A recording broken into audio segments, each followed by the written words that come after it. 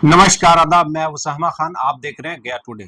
इस वक्त हमारे साथ मौजूद हैं रविशंकर सिन्हा, जो भाजपा युवा मोर्चा के जिला प्रवक्ता हैं और कई सामाजिक कामों में भी इनका योगदान रहता है। सामाजिक कार्यकर्ता भी हैं और अभी जो चुनावी माहौल है, उस चुनावी माहौल पर भी अभी यहाँ पे चर्चा होगी और किस तरीके से समाज में ये कार्य करते हैं उसके बारे में भी ये बताने की कोशिश करेंगे और आप लोगों के बीच जानकारी देंगे।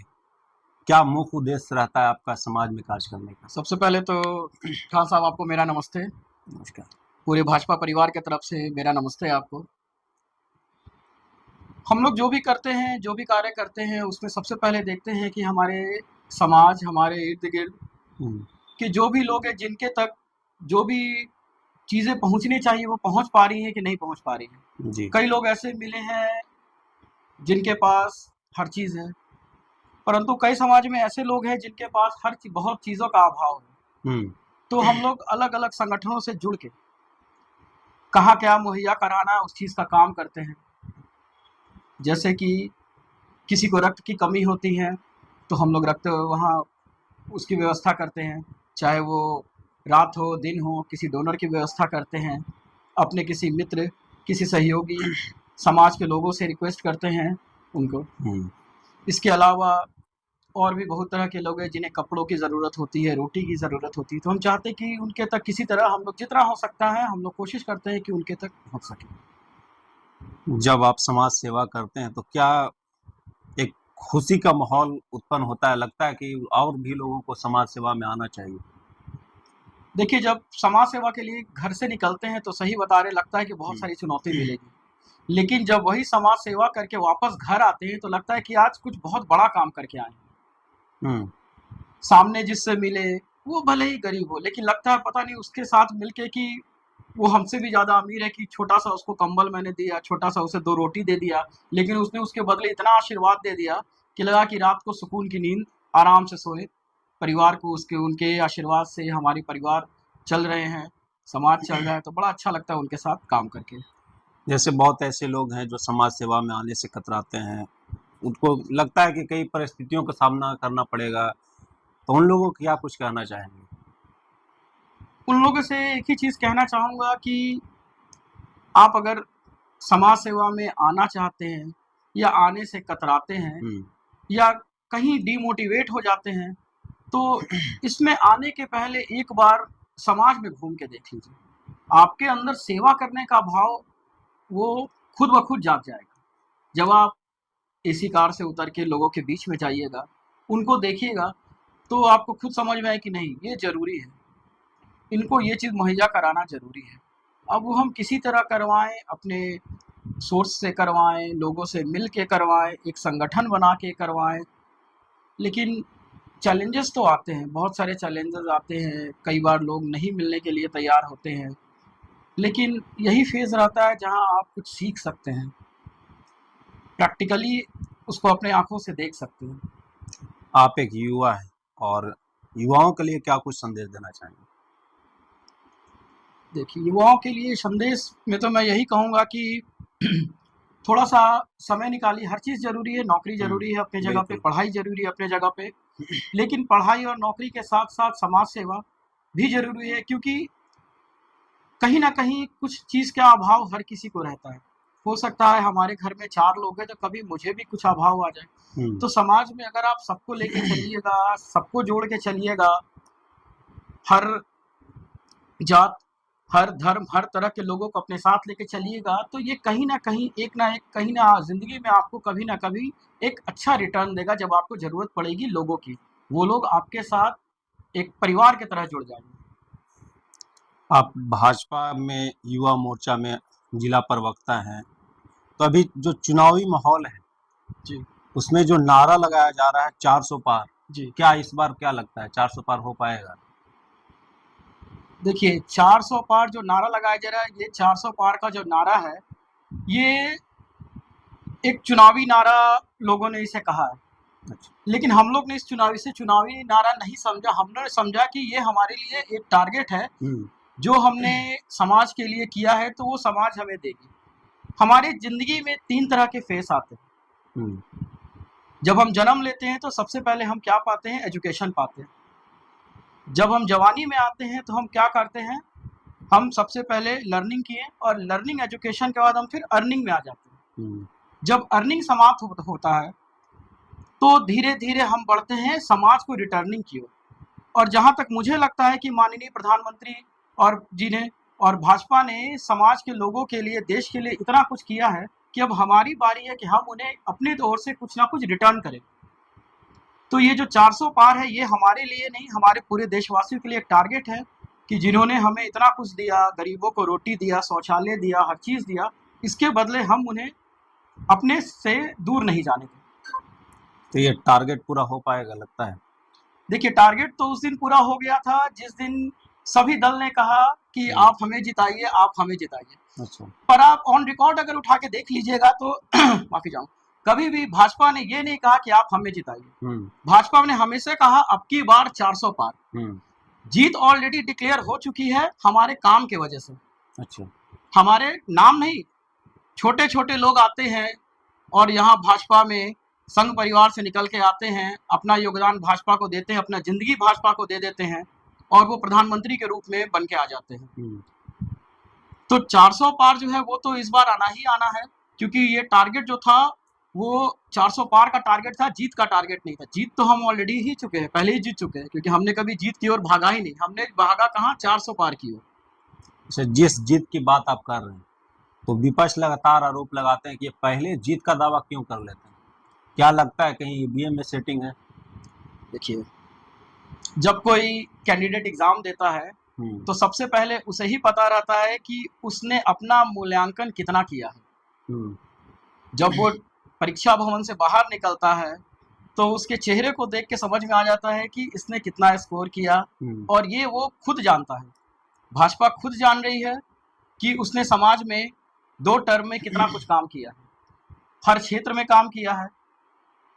आप अगर देखें तो यूनिवर्सिटीज़ में भाजपा ने काम किया है, एयरपोर्ट में भाजपा ने काम किया है, पूरे वर्ल्ड में अगर रोड बनाने का हो तो ट्रांसपोर्ट में हमारे माननीय मंत्री जी नितिन गडकरी ने काफ़ी अच्छा काम किया है। उन्होंने रिकॉर्ड तोड़ काम किया। उन्होंने पूरे विश्व में ऐसा कभी नहीं हुआ कि 100 घंटे में 100 किलोमीटर रोड बना हो, उन्होंने काम किया है।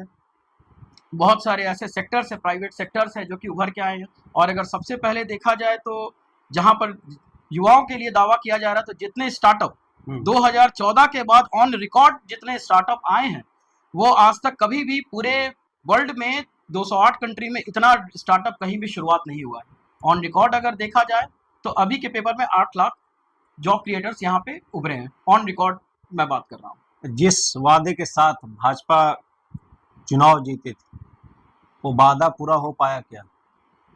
देखिए, हमने वादा नहीं किया, हमने भरोसा दिलवाया था। अच्छा। भाजपा परिवार ने वादा नहीं किया, भाजपा परिवार ने भरोसा दिलाया और भरोसा को भाजपा परिवार ने पूरा किया। हर घर शौचालय कहाँ था? आपके सामने है, ऑन रिकॉर्ड आप देख सकते हैं, हर घर शौचालय है, पक्का घर है।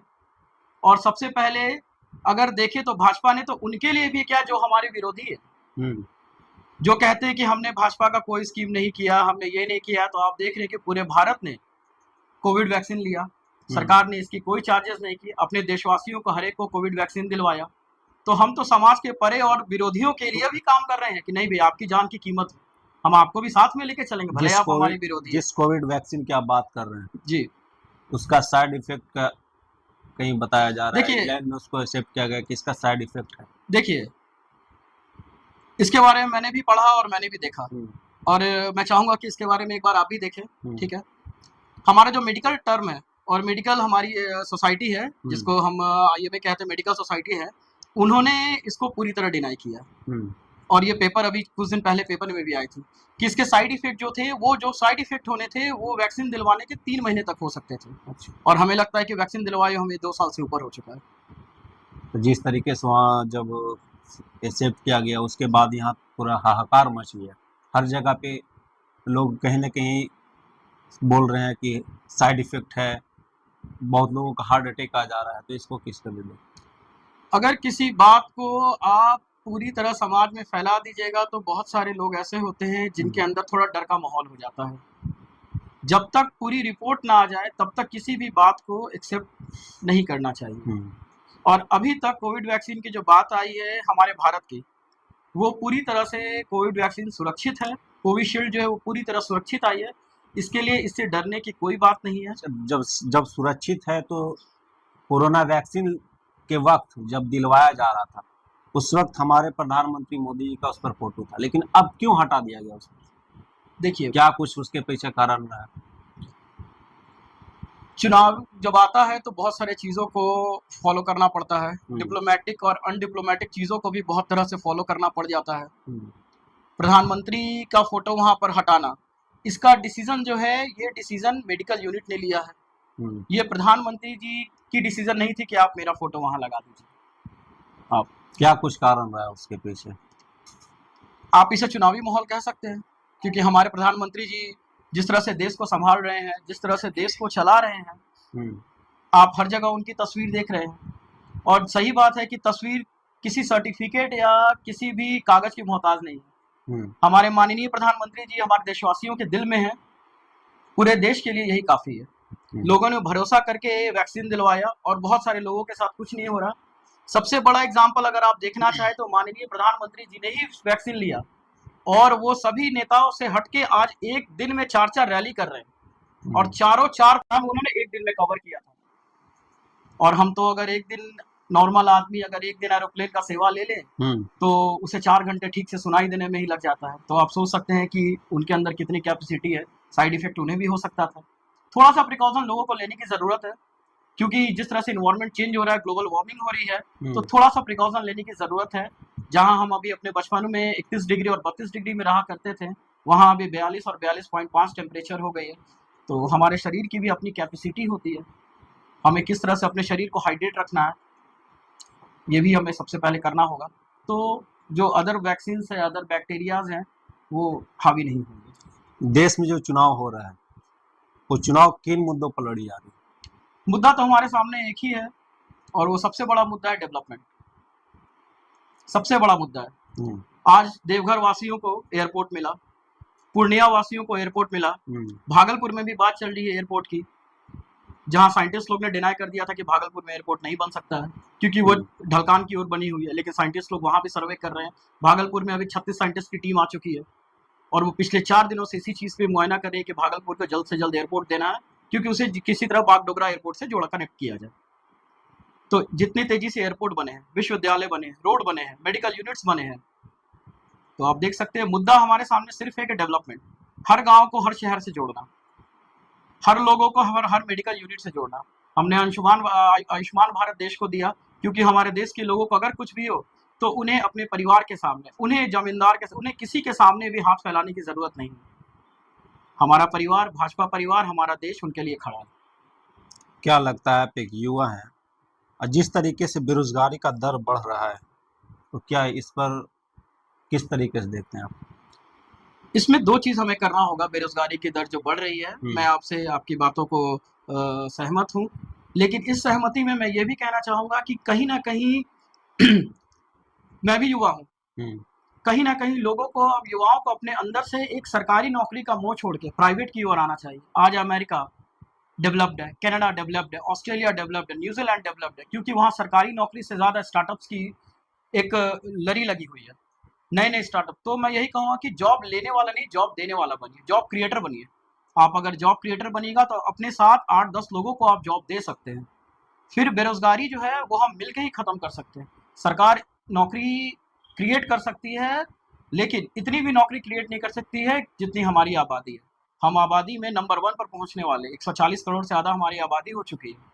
तो जो हमारी जिम्मेदारी है, जो जैसे फॉर एग्जांपल अगर मैं कहूँ कि यूनेस्को ने हमारे सामने जिस तरह से रखा है एसडीजी गोल्स, जिसको हम कहते हैं कि सस्टेनेबल डेवलपमेंट गोल, जो 2030 तक हमें किसी तरह से पूरा करना है, जहाँ सबसे पहले भारत के सामने चैलेंज है नो हंगर का, सबसे पहले भारत के सामने चैलेंज है चाइल्ड पोवर्टी का, ये सब चीज़ों का। तो इसके लिए हमें एक होना होगा, जॉब क्रिएटर बनिए, जॉब मांगने वाला नहीं, जॉब देने वाला बनिए, बेरोजगारी खुद ब खुद हटेगी। अच्छा, ये हैंगर इंडेक्स में भारत का स्थान कितना है, कितना नीचे गया है? मुझे लगता है हंगर इंडेक्स में अभी के डेट में भारत की जो है शायद ये 111वां नहीं स्थान नहीं, ये 100 के अंदर आ चुका है। मैंने कुछ दिन पहले देखा था, ये आई कब की थिंक रिपोर्ट 96 या 95 पे है भारत। कब कब की रिपोर्ट और आप इसके बता पहले 113 पे था शायद, रहे 111वां पे था 111वां पे था जी। तो जिस पाकिस्तान की आप बात करते हैं उस पाकिस्तान से कहीं ना कहीं हंगर इंडेक्स में भारत पीछे रह रहा है। देखिए, ये तो रिपोर्ट है, हम्म ये तो रिपोर्ट है जो कि सब कोई देख रहा है, पर असली रिपोर्ट क्या है वो आप भी देख रहे हैं हम्म कि यहाँ पर क्या है। शादियों के सीजन में आप देखते हैं कि हमारे तो पूरे क्या भारत में क्या लगता है मतलब रिपोर्ट जी, गलत था या रिपोर्ट फिर देखिए, उसको रिपोर्ट नहीं जो मानते हैं नहीं आप? नहीं, हम लोग रिपोर्ट को मानते हैं, रिपोर्ट की इज्जत करते हैं, लेकिन रिपोर्ट भी जो बनते हैं उनमें मैनिपुलेशंस होते हैं। बहुत सारे रिपोर्ट ऐसे होते हैं हम्म जिनमें मैनिपुलेशंस होते हैं, क्योंकि वो भी मैन मेड होते हैं। हम्म कोई वो नहीं रहता है कि रिपोर्ट हवा से आ गया, आखिर वो भी बनाने वाले इंसान रहते हैं। क्योंकि पूरे वर्ल्ड में शादियों का सीजन में सबसे ज्यादा इन्वेस्टमेंट अगर कहीं होता है तो वो भारत में होता है। हम्म इवेंट प्लानिंग में भारत आज के डेट में 7वें नंबर पे आ चुका है, क्योंकि यहाँ दो तरह की चीजें चल रही है, एक तो मैरिज इवेंट चल रही है और दूसरी चल रही है ऑफिस इवेंट। हर एक ऑफिस जितने हैं वो अपने एम्प्लॉयज को बाहर ले जाना शुरू कर दिए हैं, तो उसमें है, तो हंगर इंडेक्स है, इन चीजों को है, और इसी के लिए मोदी सरकार इन चीजों पे काम कर रही है। हम्म भारतीय जनता पार्टी इन चीजों पे काम कर रही है, वो इन चीजों को कवर अप करने की कोशिश कर रही है। लोगों का सहयोग रहा तो बहुत जल्दी हम जिस तरह से सड़क में दुनिया में नंबर 1 पे आए हैं, हंगर इंडेक्स को काफी छोड़ हम लोग इसको भी कवर सम अप कर लेंगे। बिहार में पिछले बार जो चुनाव लड़ा गया था उसमें 40 में 39। जी, इस बार क्या लगता है? देखिए, मेरे दिल से कहा जाए तो मैं तो यही कहूँगा 40 में 40। इसके लिए क्योंकि आपने भी देखा होगा जिस तरह से माहौल भाजपामयी माहौल हो चुकी है, तो आपने कल ही देखा होगा कि जैसे रोहिणा आचार्य जी बोल रही थी कि मोदी जी जरा सा हमारे बारे में, हम आपकी बेटी हैं। तो जब विरोधियों को इतना कॉन्फिडेंस है कि मोदी जी अगर हमें प्रमोट कर दे तो हम जीत जाएंगे, तो यहाँ तो साक्षात मोदी जी खुद रोड शो कर रहे हैं। कभी हमने भी सुना था कि भाई किसी ने रथ रोका था बिहार में, कल मोदी जी का दायरा 1.5 किलोमीटर बढ़ाना पड़ा, इतने फैन फॉलोअर्स बढ़ चुके हैं। तो कहाँ कहाँ भगवामय और किस तरह से भगवामय और किस तरह से भाजपामय हो चुका है, ये सारा लोग देख रहा है। जिस रोड शो की आप बात कर रहे हैं उस पर तेजस्वी यादव की टिप्पणी आई है, बयान आया उस पर कि जो रोड शो है उससे ज्यादा चाहने वाला जॉब शो का है। मैंने जॉब शो का ज्यादा चाह रहा है। देखिए, तेजस्वी जी अच्छे नेता है, अभी थोड़ा ग्राउंड वर्क कर रहे हैं, लेकिन ग्राउंड वर्क करने से भी होता है, क्योंकि सबसे पहले क्या देखा जाता है, रिजल्ट देखा जाता है। आप बयान दे सकते हैं, सब कुछ दे सकते हैं, लेकिन आप पहले अगर देखा जाए तो भाई टक्कर में तो आइए, आपका सांसद एक भी बिहार में नहीं है और आप कहते हैं कि हम प्रधानमंत्री मोदी जी को प्रधानमंत्री बनने नहीं देंगे। तो चलिए ठीक है, वो ये उनकी राजनीति है, वो अपने तरफ से कहते हैं, उनमें मैं कुछ नहीं कहना चाहूँगा, सीनियर है हम्म, हमारे, तो वो कोई अपना टिप्पणी होमवर्क नहीं कर रहे करेंगे, हैं। जी। कोई टिप्पणी उस पर नहीं करना नहीं, चाहेंगे। टिप्पणी करना, मैंने तो कहा ना कि वो अभी ग्रोइंग स्टेज में है, सीख रहे हैं। एक युवा दो भी है, आप भी एक युवा है। एकदम, लेकिन युवाओं को इसी से बाहर निकलना पड़ेगा, हम्म इसी से निकल के बाहर आना पड़ेगा। हम्म आखिर अगर हम कब तक अपने पिताजी, अपने पूर्वजों का नाम लेके चलेंगे, अपना भी तो कुछ स्टैंड अप करना तो होगा। क्या लगता है कि तेजस्वी का अपना खुद का नाम नहीं है? तेजस्वी जी जहाँ जाते हैं तो कहीं ना कहीं वो जना जब से उन्होंने शुरुआत किया, हम्म आप देखिएगा वो लालू जी को साथ में लेके जाते थे। हर जगह वो एक ही बात निकालते हैं कि आरएसएस को रोकना है, भाजपा को रोकना है, हम्म हमारे पिताजी को जेल हुआ, ये हुआ। अगर सही सही मायने में देखा जाए तो मानिए लालू जी को जेल तो कांग्रेस ने भेजा था, ये जग जाहिर है, सबको पता है। अच्छा और इसी के बदले उन्होंने अपनी बेटी का नाम मीसा भी रखा था, क्योंकि मीसा एक्ट लगा था उनके ऊपर। अच्छा तो उनको अपना ग्राउंड वर्क करने की जरूरत है, करें। अच्छा है, युवा है, युवाओं को इस आना चाहिए। मैं तो चाहता हूँ और सोचता हूँ कि युवाओं अच्छे राजनीति में आए, क्योंकि राजनीति में आना अभी सबसे बड़ी अपॉर्चुनिटी और जरूरी भी है। पढ़े लिखे लोगों की जगह होती है राजनीति। हम्म बीच में लोगों ने इसे थोड़ा सा गंदा किया, लेकिन काम हमारा है कि हम उसे साफ करें। युवाएं आए, क्योंकि उनका सोच नया है, उनके देखने का तरीका नया है, बिल्कुल। तो नए नए लोग आए, समाज में आए। और पार्टी है, हर हर हम्म हर पार्टी की अपनी अपनी सोच है, हर पार्टी की अपनी अपनी रणनीति है, वो उसको लेके चले, क्योंकि पार्टी के बाहर वो भी नहीं जा सकते, पार्टी के बाहर में मैं भी नहीं जा सकता हूँ। हमारे साथ मौजूद थे रविशंकर सिन्हा, जो भाजपा के युवा मोर्चा जिला प्रवक्ता हैं। उन्होंने कई सवालों का जवाब काफी सरलतापूर्वक दिया है, जिसके लिए बहुत बहुत शुक्रिया। बहुत बहुत धन्यवाद आपका। जय हिंद।